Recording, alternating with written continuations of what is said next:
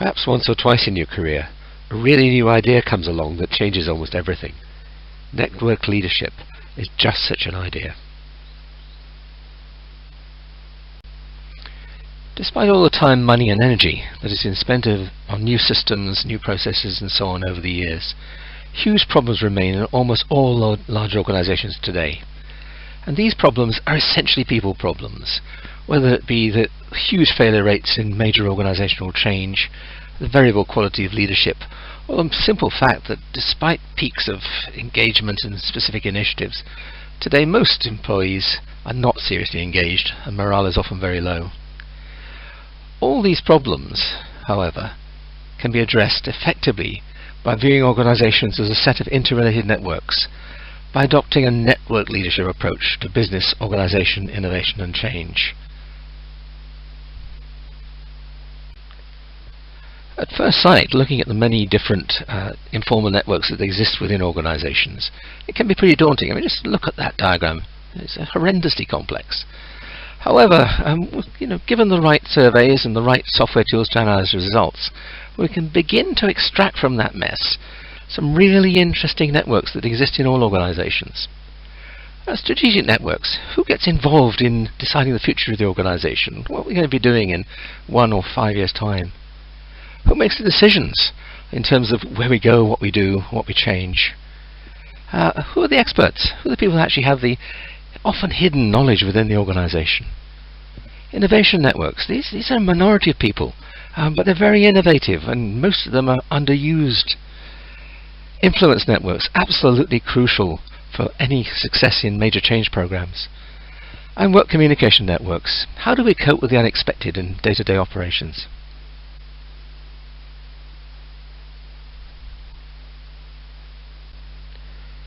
And once we've identified all these networks and the key players at various hubs in these networks, a whole range of other issues fall into place.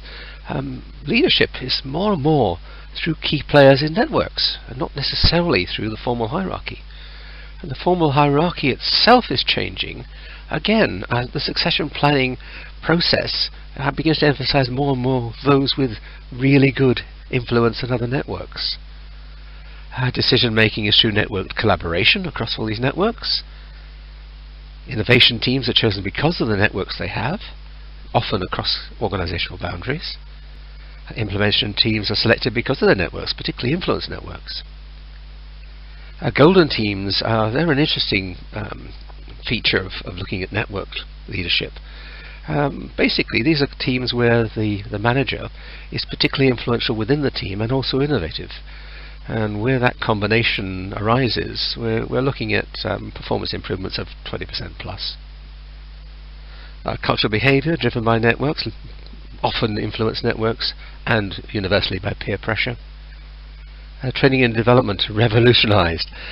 Essentially here we're talking about the impact of development, not through so much formal training methods, which typically have an impact of about 10%, but much more on colleagues within their influence and other networks, and also working on innovation teams, implementation teams and so on, stretching individuals in areas that are beyond their day-to-day work. And finally, external networks, which transform parts of organizations. Those where, for example, R&D, again looking to establish and maintain networks outside the organization, and sales teams similarly, and so forth.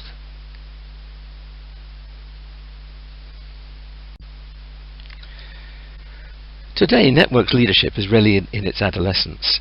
We have lots of experience of big change programs succeeding, with innovation being much improved, succession planning getting very interesting indeed, and so on.